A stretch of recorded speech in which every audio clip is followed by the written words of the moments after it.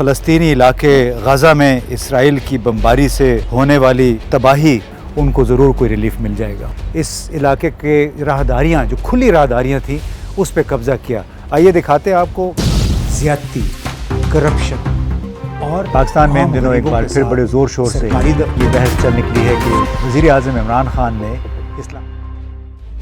दोस्तों, ये मलबा फ़लस्तीनी इलाके गज़ा में इसराइल की बमबारी से होने वाली तबाही का नहीं है, बल्कि ये इस्लामाबाद F8 मरकज़ के वो दफातर हैं जिनको वकला चैम्बर कहा करते थे और जो कि बने हुए थे फुटबॉल ग्राउंड में। ये एक बड़ी दर्दनाक कहानी है कि यहाँ पे तवील अरसे से डिस्ट्रिक्ट और सेशंस कोर्ट हुआ करती थी, इसको कचहरी भी कहते थे, और इसी का कवर लेते हुए इसी के बहाने वकला ने यहाँ पे कार पार्कों में और यहाँ हत्ता कि फ़ुटबॉल ग्राउंड, अंदाज़ा कीजिए कितने वसी इलाके पर फ़ुटबॉल ग्राउंड में इन्होंने अपने दफातर बना लिए थे।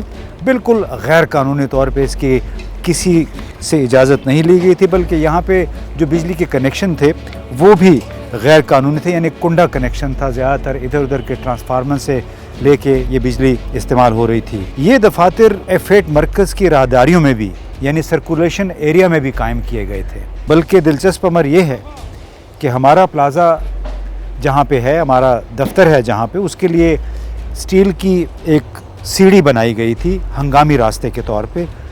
कुछ मनचले वकला ने अपने तईं उसको भी मुनासिब समझा कि सीढ़ी को नीचे से काट के उसके नीचे दो अपने दफातर बना लिए। सामने जो बिल्डिंग आपको नज़र आ रही है, यहाँ पे अदालतें भी गैर कानूनी तौर पे कायम हुई थी। ये गैर कानूनी बिल्डिंग है जहाँ पे डिस्ट्रिक्ट और सेशन कोर्ट चल रही थी, और ये बात सुप्रीम कोर्ट में उसके फैसले से पहले सामने आई। इस इलाके में वकला चैम्बर्स की वजह से आम कारोबार बहुत मुतासिर हुआ। एक और मिसाल आपको दिखाएं कि किस तरह चंद नौजवान वकला ने सिंगल स्टोरी के दफ्तर पे इक्तफा नहीं किया, बल्कि आप ये देखिए इन्होंने 3-3 मंजिला इमारतें खड़ी कर दी।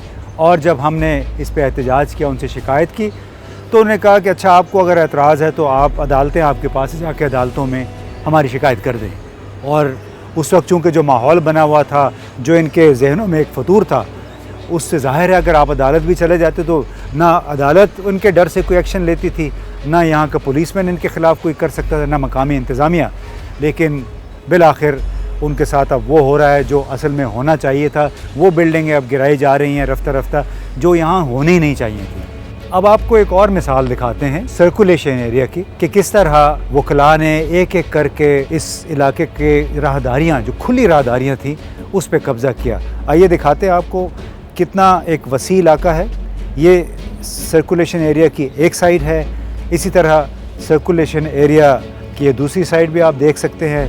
बिल्कुल तंग गलियां इन्होंने छोड़ दी थी। आवाम का यहाँ पे जीना दूभर था। मालूम नहीं ये कब तक चलेगा, लेकिन उम्मीद ये है कि इसके ज़रिए आवाम को और मकामी जो यहाँ पे कारोबारी हजरात हैं उनको ज़रूर कोई रिलीफ मिल जाएगा।